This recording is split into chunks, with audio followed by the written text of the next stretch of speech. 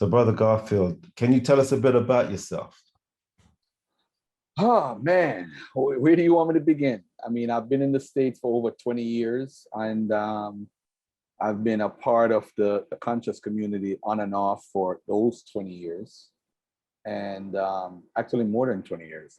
But from I was actually a teenager, so over 20, 25 years, and I was a part of the. I was thinking about joining the Nation of Islam. I was in the processing, and I didn't have the chance to do it. But what I did was I started going to the slave theater, where I would watch people like Dr. Ben, Dr. Clark when he was blind, speaking at the slave theater.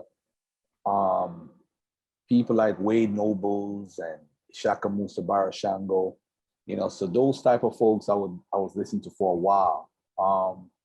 Grew up as a Christian, dabbled a little bit with Rastafarianism, Nation of Islam, Kemet, West Africa. Now I'm just Garfield. I don't believe anyone should share what their belief is. I think it's selfish because everybody wants their belief to be the best belief. So if I say, for example, I would sacrifice a cat in my house and it worked for me and I got a lot of blessings, that don't mean you should do the same thing. That works for me, let it work for me.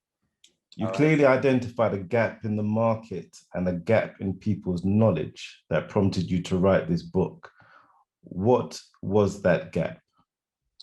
The gap was there's a lot of information out there that's just not correct. There's a lot of stuff that's being taught by the culture, and people are being lured in with the misinformation. So when you talk about misinformation, you're talking about the Jews ran off into West Africa 1 million after 70 AD. So I wrote a specific chapter, which is chapter 9, I think, chapter 7 actually, about 1 million Jews exiled to West Africa, starting at page 145. And it addresses that particular conversation with the actual archaeology, the actual historic history, and what was written. There is no evidence at all. When I mean absolutely no evidence, there is no evidence that 1 million Jews fled and went to West Africa. But that's being propagated by the Black Hebrew Israelites. But no one has actually challenged it with the information. So what I did is, if 70 AD, a million Jews went to West Africa and they got exiled or whatever, how comes that the Bar Kokhba revolt, which was 65 years later, according to the records, over 500,000 died. So if all the Jews got exiled and got kicked out, where did those 500,000 come from? So in my research, I found out that over 5 million Jews lived outside of Judea before the 70 AD war. So they was already living outside of out of Judea anyway. So, I mean, there were Jews living in Europe, living in North Africa, living in Egypt, living in Mesopotamia, which most of them lived in Mesopotamia. Over 1 million was in Mesopotamia alone. So, hey, and then I investigated that whole argument with the Kittus War. The Kittus War was 115 AD, where the Jews were beating up the Romans. And they had to hire a Moor. This Moor came in and killed off all the Jews, a black guy. And, that again shows that the population numbers outside of Judea was a lot. Because they were coordinating attacks on the Roman from Cyrene to Mesopotamia. They had a guy named Lucas Andreas. They thought he was the Messiah, because this is after Jesus. Jesus was 30-something AD. Lucas Andreas was around 115 AD. Then 135 AD, they had another guy they thought was the Messiah, Simon Bar Kokhba. So the Jews have run through a bunch of people they thought was the Messiah. But when they died and they were still struggling, they realized that they weren't the Messiahs, yeah. So pretty much some of the stuff that they bring up, they would, that they teach, I address by giving the information that they come from the lost tribe. This is the biggest argument, not only for Black Hebrew Israelites, but for people who follow Anglo-Israelism or British Israelism. which actually influenced Black Hebrew Israelites. So the British Israelism, you know, you in the UK, you understand the whole King James, and he thought that he was Solomon reincarnated and all this craziness. So he thought he was Solomon reincarnated. So whenever he would teach his child, he would tell them, read from Ecclesiastics or Song of Solomon or Proverbs, only the books that Solomon was involved in, because he thought he was Solomon reincarnated, which was nuts. But again, with British Israelism, they thought that they were better. The white European British thought their whiteness was different than everybody else's whiteness. So they would call other Europeans dark and swarthy and black. People don't know that. The British would do that. And because they thought they were the ultimate, the superior. So when Benjamin Franklin or whoever in the Americas was repeating that whole thing about the Russians were swarthy and this one, they're talking about white people who are not as white as they are. But now the Black Hebrew Israelites hear the information and say, you see, the Russians was black. Look, the Swarzi means dark. No, Swarzi means dark colored. It doesn't mean dark. It means dark colored. So like if you look at John Dillinger, they call dark. Willie Sutton, they call medium dark. Fred Barker, dark. Homer Van Meter, dark. Harvard Bailey, dark. All these people are considered dark, but they are what you call dark Europeans. Not dark as in black people. When they were talking about black people, they would say African, Ethiopian. They wouldn't even say African. They said Ethiopian, blackamoors, or there's some other words that they use, but they don't consider, they don't talk about black people in the sense of using the term black. And even if you go into the language of the Irish, the Gaelic language, or Scottish, and the term, what they call black skin, is completely different from the term black. You know, in Ireland, it's like they use Black Irish when they actually have a word for black people with black skin. They have a separate word. So if those people have a separate word for people with black skin, why would they call themselves Black Irish? That's stuff that the One West Black Hebrew Israelites don't know and don't understand. So with that that's actually not in my book. It was supposed to be my book, but my book was over 480 pages. So I had to actually remove that from the entire book and deal with, it's a chapter called King James and his whiteness. And with King James and his whiteness, I go into what race is. It's a social construct. I go into, are the Jews black? I go into how they picture swarthy and, excuse me. I go into Benjamin Franklin. I spoke about his comment earlier. He says, why should the Palatine Boers be suffered a swarm into our settlements and by herding together establish their language and manners? He goes on to say, any more than they can acquire our complexion, which leads me to add one remark, that the number of purely white people in the world is proportionately very small. He said, all Africa is black or tawny. Asia is chiefly tawny. America, wholly so. And in Europe, the Spaniards, Italians, French, Russians, and Swedes are generally of what we call a swarthy complexion, as are the Germans also. The Saxons only excepted, who with the English make the principal body of white people on the face of the earth. So that's where the Hebrew Israelites run around and say, yes, you see, they're dark complexion, they're dark. What does swarthy mean? Dark. And another thing, to the word swarthy wasn't used until like 1580. So you can't apply what people write about people before that, the term swarthy, because it's anachronistic. You can't do that. There's a book called White on Arrival. And what White on Arrival talked about was, I'm going to tell you the guy's name right now that I was talking about earlier. Al Capone. I said Al Pacino. I mean Al Capone. Al Capone was called dark or swarthy complexion. We know Al Capone was not no black African, but why was he called that? So there's a book called White on Arrival about how Italian gangsters were portrayed in the media. Again, when you want to portray somebody to make them seem lesser than you, You say that they are swarthy, they are dark, or they are black. That's what you'll use. For black people, you'll use the term Ethiopian, blackamoors. Hold on a second. Let me break that down carefully. They use the term blackamoor, Negro, or Ethiopian. So more Ethiopian and blackamoor. In Irish, the Irish would call the blue people black people. That's what they would call us. Blue people is black people in Irish, in the Gaelic language. So whenever you see those people talking about the Irish is black Irish or whatever, no, they call black people blue. So they wouldn't use the term black to refer to somebody black. This is the idiocy of the people who are black Hebrew Israelites. So again, when they're referring to black people in England, and by the way, to most of this is from England. England is the one that's calling people this. England, because they had this supremacy attitude about them. They would call Sir James Douglas, they'd call him Black Douglas. But the people in Scotland don't call him Black Douglas. They call him Sir Good James Douglas. Why the people in his homeland don't call him Black Douglas? Because no, the people outside of his culture called him Black Douglas because of his evil ways and how he would defeat their armies. He was an enemy. It's like in Jamaica, we have Black Heart Man. We have Black Heart Man in Jamaica, right? Black Heart Man is similar to Black Douglas. Very similar. Yep.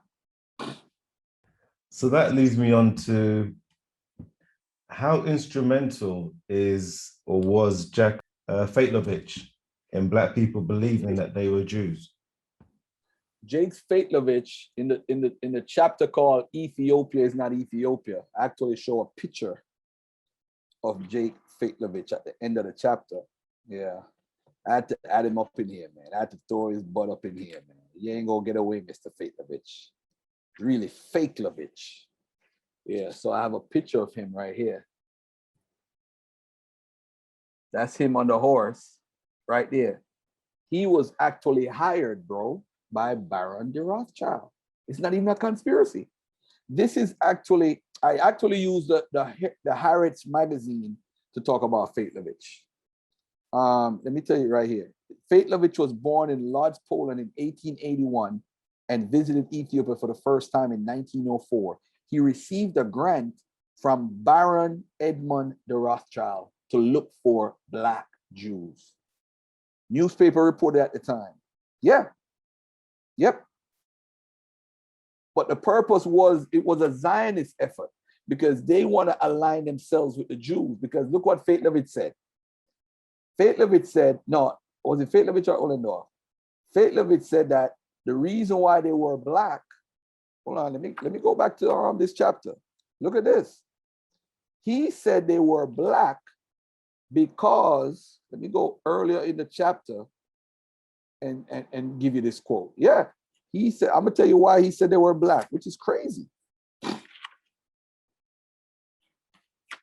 Let me find it real quickly here. Yeah, Jake Feiglovich, here you go. Yes, I think I found it. As a result, Beta Israel, this is page 166 in my book, were constructed as black Jews in the 19th century and generally recognized as black Jews, and their blackness has dominated most debates of the Beta Israel. Let me get to his part. Here goes. Feiglovich clarified away the Beta Israel's color by claiming that they were once white, but their bodies were assimilated owing to the intensity of the burning Ethiopian sun, which had darkened the skin of these refugees as part of his overall project to convert them to Jews. Ladies and gentlemen, this is page 166 in the Misconceptions and Misinformation. Hey, all I'm bringing is straight facts in this book, family. Straight facts and straight facts. I'm dealing with archaeology, anthropology, history, a little bit of linguistics, and a tiny piece of DNA. I don't really get into DNA with this. Maybe in volume 2, I get into DNA. Is there any such thing as a black Hebrew Israelite? No. That's a concept that was created in the 19th century. Gabriel Prosser actually used the term black and as Israelite, referring to the slaves, was the first to do it. So in the last, in the closing arguments, I wrote a small little 4 pages. Where do we go from here? And what have we learned in this book? And it was 4 pages. It was actually larger, but I wanted to keep the book under 250. And I talked about how the Black Hebrew Israelite movement started. It started centrally in the late 1800s. Although Gabriel Prosser used the term Israelite, he's the first to use it. It was used, the book of Exodus was used as inspiration for the slaves to try to run away or to cause an insurrection. Insurrection in the form of a Nat Turner, Denmark Vesey, a Robert Walker, David Walker, and all those type of people who taught some sort of insurrection, free yourself through violence. That type of teaching was because of them feeling they were the chosen of God. So when they thought they were the chosen of God, I don't know when they internalized it and took it literally. That's up to when Nat Turner did his thing, or Denmark Vesey before he even did his thing. Somebody snitched and he got killed before he could even do anything. And David Walker wrote a book and talked about certain things, which he was on a death. They was hunting him down to kill him the whole time when he wrote that book. So I'm saying that it started sometime in the 1800s, that attitude, that feeling of, as a matter of fact, it would be lovely if I actually read this so that you can get a feel of where I'm coming from. And I feel the internalization of the actual book. Hold on 1 second, let me see what I have. Pardon me a second, my brother. Where do we go from here? So, Black Hebrew Israelism arose as a result of slaves identifying with the Moses Exodus tale of let my people go. This is apparent in the cases of Nat Turner, Denmark Vesey, and Gabriel Prosser, the first person to use the word Israelites to describe slaves. Attaching oneself to an identity has been happening since our African forefathers arrived on slave ships. It was an identity problem that led to the formation of groups such as the Nation of Islam, the Moorish Science Temple, the Moorish Zionist Temple, and others in the 1930s. The Exodus narrative appeared to create a feeling of belonging to a plot, suggesting some kind of living prophecy while attempting to gain freedom. Let me repeat that. The Exodus narrative appeared to create a feeling of belonging to a plot, suggesting some kind of living prophecy while attempting to gain freedom. So when slave preachers learned to read, they utilized the Exodus story to inspire more slaves to flee or insurrect in the manner of Nat Turner. I'm not sure when inspiration became a literal fulfillment of the Bible in the imaginations of preachers, slaves, and others, but I do know that it ultimately led to 2 individuals teaching in the late 1800s that African-American slaves were the Israelites of the Bible. So that leads nicely onto the whole discussion around the Exodus. Did the Exodus literally happen? Did it actually take place? No, I have a whole chapter called No Exodus, No Religion, chapter 2, that actually is going to be historical. It's actually, I have a scholar who is actually working on trying to get it published in one of these magazines, because no one has ever addressed the Exodus the way I have done it. What I did was I combined different particular scholars, like a Sarah Jaffet. Nobody in the Black community would deal with a Sarah Jaffet. She specializes in Chronicles. She's an elder lady now in her 80s, but she's a great mind. And what she realized was, and I'm going to read something from it for you that's going to surprise you. The Exodus, as we know it, in the book of Chronicles, there's no Exodus at all. The Exodus doesn't happen. The narrative in the Bible tells us the Exodus didn't happen. Now, you know the Bible is inspired by God. Why would God inspire someone to write and contradict the main story for Judaism? I don't know. But let's take a look at what happens. The internal evidence. The tribe of Ephraim. The tribe of Ephraim, let me not even read from the book. Let me just basically tell you what happened. 2 sons of Ephraim is said to have gone down, First Chronicles in the 7th chapter. I think between verses 14 and 21, I think, or 14 and 19. They go down to Gath. Gath is where Goliath comes from. in the Bible. You know, David and Goliath stories. Now, if Ephraim, who is born in Egypt, according to one tradition in the Bible, remember this, Ephraim is Joseph's son, born in Egypt, allegedly. Now, if the sons are going down to Gath, they could not have been going down to Gath. If they were in Egypt, they should have been going up to Gath. So they weren't in Gath at all. They weren't in Egypt at all. It's a lie. Well, watch this now. They go down to Gath, and guess what happened? They get killed for trying to steal cows. This is what the Israelites doing. They're trying to steal cows. So they got killed by the people in Gath. So now Ephraim comes to Gath and mourns, right? How is this happening while he's supposed to be in Egypt going through an exodus? Doesn't add up. But guess what now?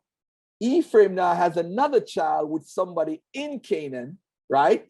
So that means he's sleeping with a woman. She get pregnant, she breed for 9 months, right? She have the baby. He has a child by the name of Berea. Berea has a daughter that builds up all these cities where Ephraim is located. How is that possible? They're living in the land, having children in the land, while they're supposed to be in Exodus. The math doesn't add up. So we've used the Bible to prove it couldn't happen. But guess what I did though? That destroys them completely. I showed that Judah couldn't have gone to the Exodus, because in Genesis 38, Judah takes a detour and goes down to an area where Judah's land is and gets a woman named Shua, a Canaanite woman, pregnant, have 3 children with this woman.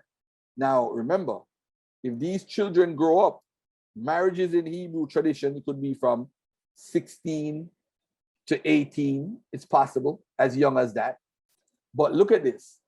If they grow up to be 16, he dies. God kills the first son. Then the second son, he pulls out. He didn't want to get the woman pregnant, so he pulled out. So God killed him too. So that's 2 children got killed. So they had to be born. She had to get pregnant again, have another child, and he had to be 14. Now, ladies and gentlemen who watch this, the time period between Judah and the 75 going into Egypt is 22 years. So within 22 years, Judah has 3 children. Then he met up with the wife who they didn't want to have sleep with. She dressed up as a prostitute. Remember that? And she got pregnant by Judah, had twins. Watch this now. The twins' children end up going into Egypt in the 75. So you're telling me that he get a woman pregnant, have 3 children, then those children get killed off.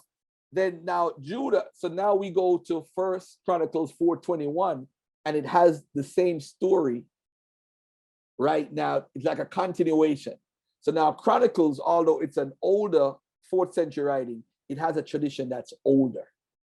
So you combine them and you realize that Judah lived in the land, had children who lived in the land, who had children who lived in the land. The Exodus never happened. Your own Bible tell you that.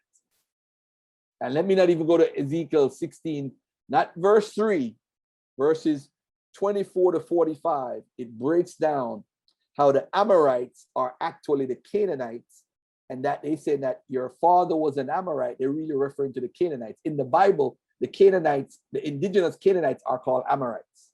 In Genesis 23:7, Abraham says he needs to be buried in the land. You know, when they say the land, they mean Canaan, the land that God gave them.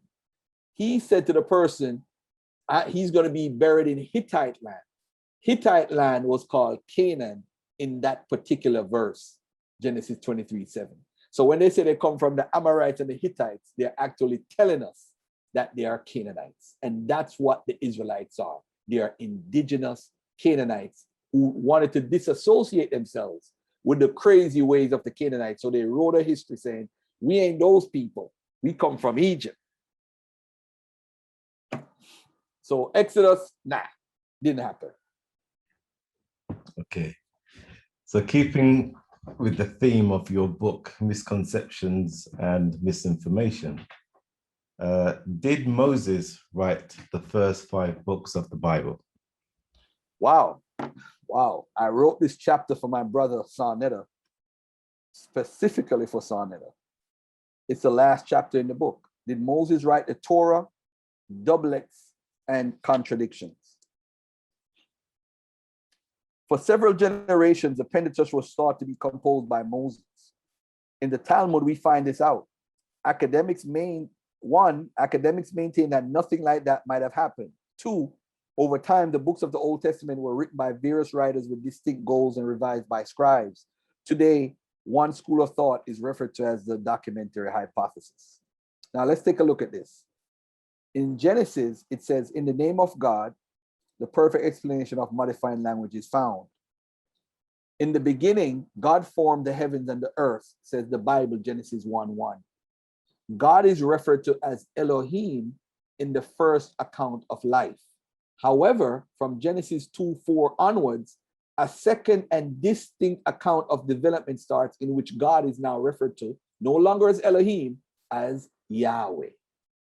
The ideologies of the 2 accounts differ as well. In the first account of life, Elohim is transcendent, forming the universe solely by his will, with little interaction with humanity. Yahweh is immanent, almost human in the second account of creation. He converses with Adam and also conducts surgery on him.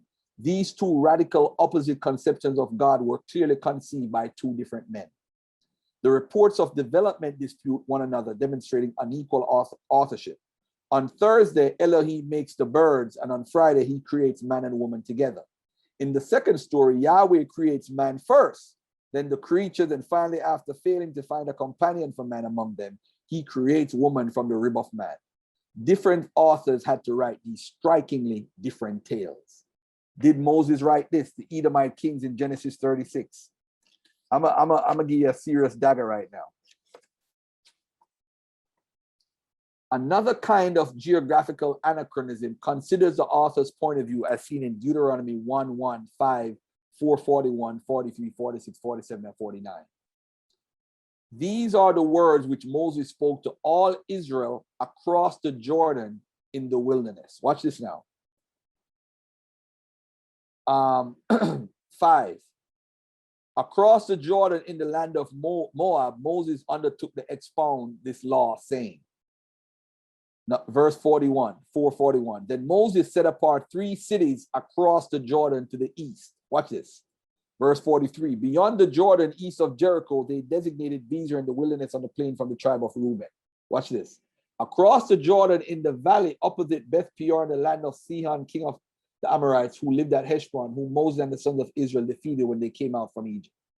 Now, once you read this whole across the Jordan several times in Deuteronomy, these verses suggest that the author was writing from the west side of the Jordan River, since the Hebrews entered the promised land from the east side and had not yet crossed. Therefore, they reflect editorial contributions made after the invasion of the land after Moses' death. Moses couldn't be talking about across the Jordan unless he was actually inside the land.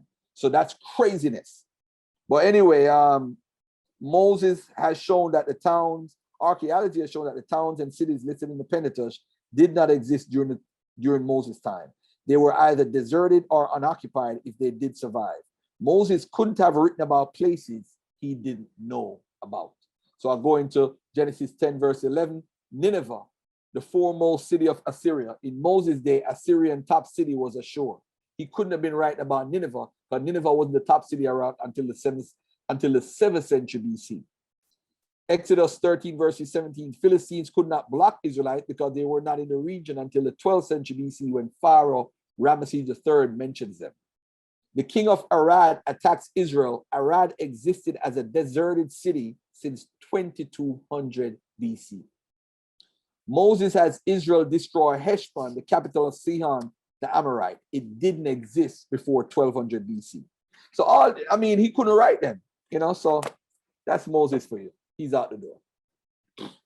So something that you touched on, can you briefly explain to the people the difference between a doublet and a contradiction? A doublet actually is a contradiction.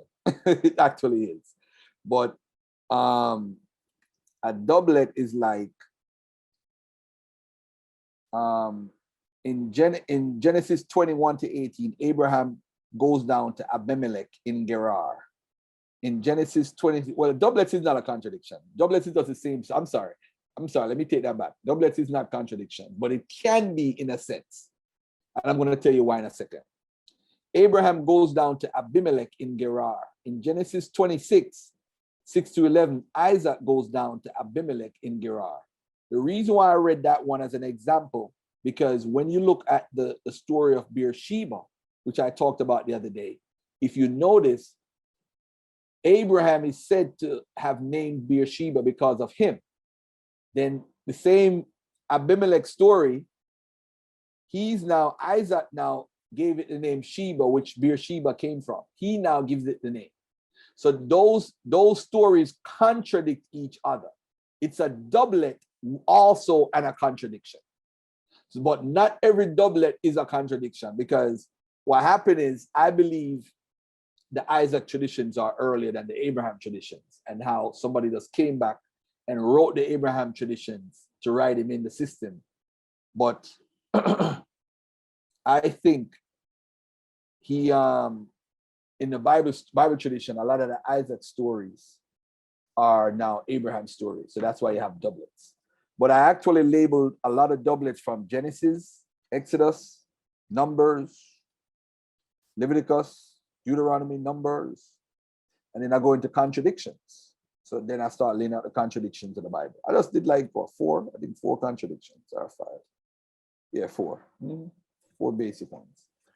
So would it be correct to say that the authors of the Bible wrote themselves into history? The truth is, that's a very difficult question, because the descendants, those people who were trying to write based off memory, they were trying to recreate ancient Israel. So in recalling that, they had to make up stories, because Israel is a real people. They had a kingdom.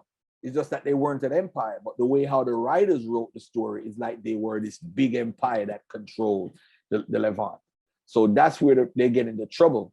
David may have existed, but the way they write about David, and I actually have a whole chapter on David and Solomon, but again, didn't make this cut. But David is actually a gentleman who was a king, Jeroboam II. His life is what David's life is. So they made Jeroboam II David. In other words, his career, his because he actually controlled a lot of the Levant, Jeroboam II. So he's the one who basically they're copying.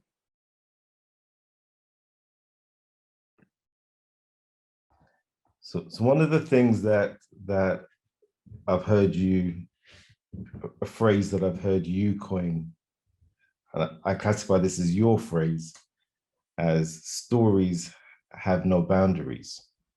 Stories have no borders. Have no borders. No borders. Yeah. Can you explain that? A lot of the stories in the Bible exist in other cultures, and the writers were extremely creative. I mean, they use puns, they use metaphors. These people were not dumb. And this is writing in the 4th century, the 3rd century, the 2nd century. You know what I'm saying? So these are rewritings of writings from earlier stories, and they would add on to the stories. Like, I do believe there was a prophet Amos and Hosea in the Northern Kingdom. There may have been other names. They may have been called another name. But they definitely, some of their writings are definitely old. And they had prophecies. And of course, we know prophecies aren't real, but that was a part of the writing style of the ancient Near East and in Greece and in Rome. So you'll see stories, like I found a story the Genesis 18 and 19, the Sodom and Gomorrah story, and I showed a story from Ovid and called Metamorphosis, and how that story lined up exactly with Genesis 18 and 19, Sodom and Gomorrah. I'm not saying they copied the Bible or the Bible copied them. I'm just saying that there was a tradition in the region. So it's like syncretism. So instead of we saying you copied you, I just say it's more of a synchronistic type of thing. That's why I say stories have no borders. They don't have no borders. But on that same point of Ovid's Metamorphosis and Genesis 18:19, how do we know? Because I know that Philippe Rajibom says that he doubts that Ovid copied. He said he does not believe that Ovid copied the Bible because of the demythologizing process. But how do we know that there's a common source? Okay, I actually break it down in chapter 1 why I would say it's not. All right, let's look at it. And actually use Philip Wagenbaum. Damn, I can't believe I have my own book breaking down this type of stuff. This is just surreal right now. You don't know how surreal this is. All right. So hold on 1 second. Let me get to it. All right. So Sodom and Gomorrah, Genesis 18 to 19, Ovid Metamorphosis. All right. Let me get to the summary here. All right. It is likely we find 2 consecutive chapters. Hold on, let me get to this. Lot's daughters are thus given a reason to sleep with their drunken father, as Mira did. We find 2 consecutive chapters from Genesis that contain 4 stories similar to those found in Ovid. It is likely that both Ovid and the biblical writers shared a common source, probably from the Hellenistic era. It is supposed that Ovid was strongly influenced by Nicander of Colophon, whose texts have been lost. It is unlikely that Ovid took inspiration from the Bible because of its demythologizing process that you talked about. The 3 gods impregnating the hide is a theme that has disappeared from the biblical version. There is very little chance that the opposite, a sort of re-enchanting of the biblical narratives, would have taken place. It seems rather that the biblical writer rewrote Greek stories, censoring them to fit with the principles elaborated in Plato's Republic. Let us notice that this censorship only applies to the representation of the divine, whereas violent and shocking stories involving humans do appear in Genesis and the rest of the Bible.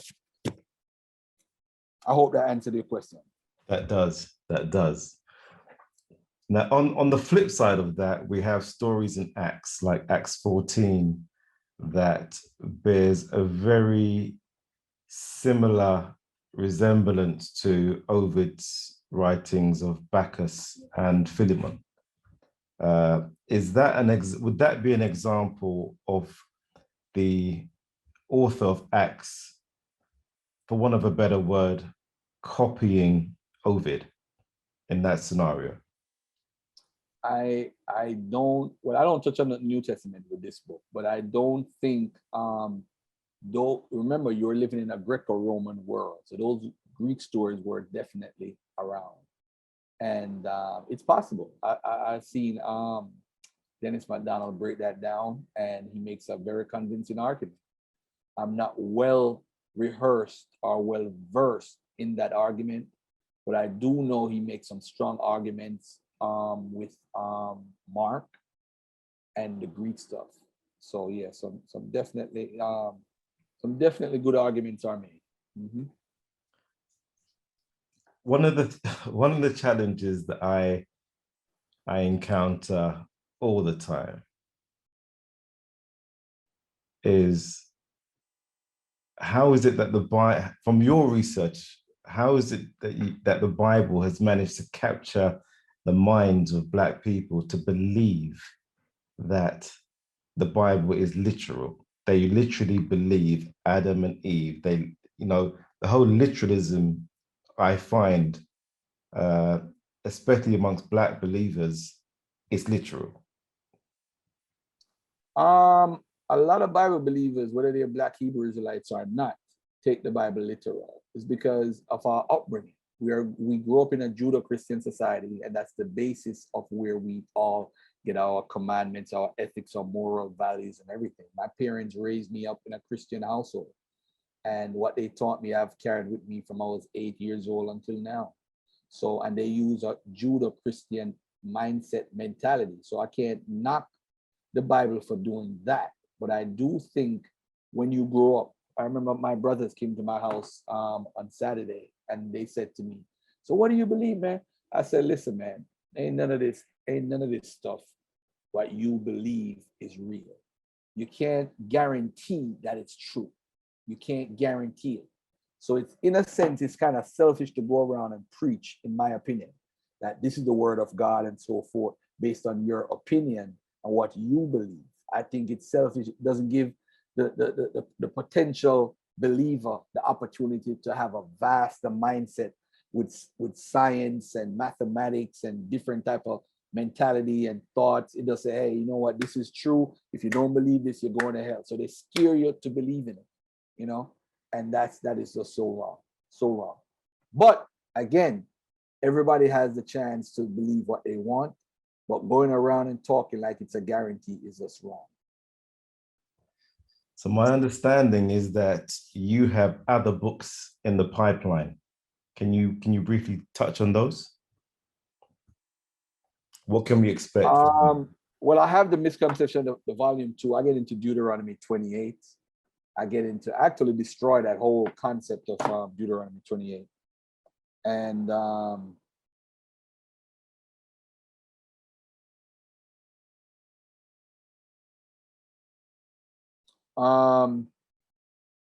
Deuteronomy 28 actually found a document within the Assyrian culture of transporting Israelites to Egypt. So, you know, when they said Deuteronomy 28, they'll take you back to Egypt on ships. Well, I literally found that. Yeah. Yeah, that was going to be the number one thing in the first version, but that chapter has 90 pages. 90 pages, primary sources showing the port cities in Egypt that Assyria controlled. It shows a primary source of an Assyrian king literally saying, taken back to Egypt on ships. Never before done in this community. The elders, hey, I come in the spirit of the elders, man. I'm continuing the elders' work. They basically assigned me to do this, so I'm doing it. They assigned me to do it. Yeah, I'm telling you. The elders assigned me to do it. They said, improve on what we have done, and that's what I'm doing. Yep. And again, it's hard to have a conversation when you don't have the facts. I have a book that they could vet and look at the sources. It's well sourced. After every chapter, as a matter of fact, I put the sources after every chapter, and then at the end of the book, I have all the chapters written down and the sources. So you could go through every one of them and look and see for yourself where I'm coming from. So play no games. What impact do you think that this book's going to have on the Black Hebrew as well as Christians? I don't think it affects the Christians that much. I mean, with the Exodus stuff, and I mean, I don't think it affects them, because at the end of the day, I do hold to a historical Jesus. And I do think that people in the first century followed him and believed him to be Christ. So they genuinely have a tradition that they could see, right? But as far as the Exodus and all these characters, I mean, it's a no-go. It's a no-go. So when you say you believe in a historical Jesus, that's different from a biblical Jesus, yeah? Actually, no. I used to say that, but no, it's the same guy. But what happened is, when you're writing a story, if my son grows up and write a story about his dad, he's gonna be like, my dad sold 1 million books. My dad used to go on top of the roof and fly. And, you know, he would jump, and his legs were so powerful, it would shatter the ground and there'd be earthquakes. He's going to talk about me and embellish his dad. That's what you're supposed to do when you're writing about. You're supposed to be greater than everybody else. My father is the best. He's the best ever. best father ever. He would buy me the world. He would do this. He would do that. That's what you're supposed to do. So in writing, that's just how people wrote in the first, second, third century. They would embellish and they would talk about it, but that doesn't make the person not real. And one of my final sets of questions, has the book been peer reviewed? Not peer reviewed officially. I did send a couple chapters to different scholars, and they did make some sweeping corrections, I must admit. And I took their advice and moved forward. You know, that's all I could do.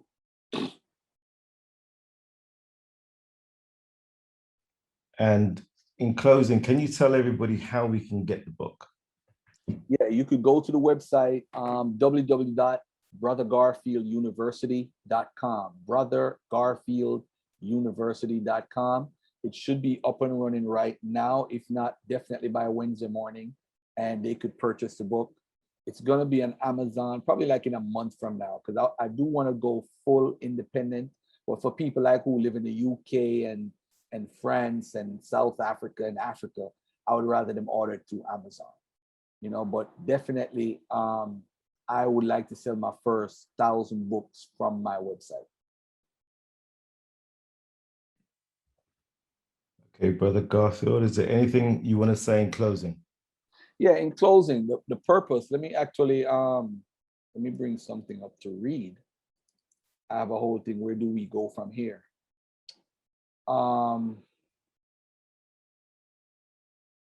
Whether or not we agree with their theology, the Black Hebrew Israelites have the power to bring their community together under one flag and effect change. They would have to do something as a group that no one else in the community has done before. Empowerment in the economy, political cooperation, start a Black Hebrew Israelite credit union. These are just a few things they might do to demonstrate to the community that they have a larger purpose than distorting a book they obviously don't comprehend. Any person attempting to live by a rule established over 2,500 years ago should be respected, even if half of them do not or cannot apply to today's society. Finally, there is strength in numbers. Instead of being branded as hate organizations that teach false information, the Black Hebrew Israelites have the opportunity to alter the script and embrace economics, politics, and togetherness, and be the change in a community that desperately needs it. And I close the book by saying, all wonderful things, however, must come to an end. I hope you had a good time reading my book. I'm doing all I can to bridge the gap between pseudo information and academics. Scholars who can provide an impartial look at scholarship are few among Black Hebrew Israelites. Instead of collecting sources and seeing where the evidence goes, they have believers searching for reasons to support their views. Regardless of why I'm publishing this book, I hope it helps my Black Hebrew Israelite brothers and sisters understand the Bible and how it relates to actual history. My role here is not to disprove and destroy, but rather to promote greater knowledge, one love, and peace.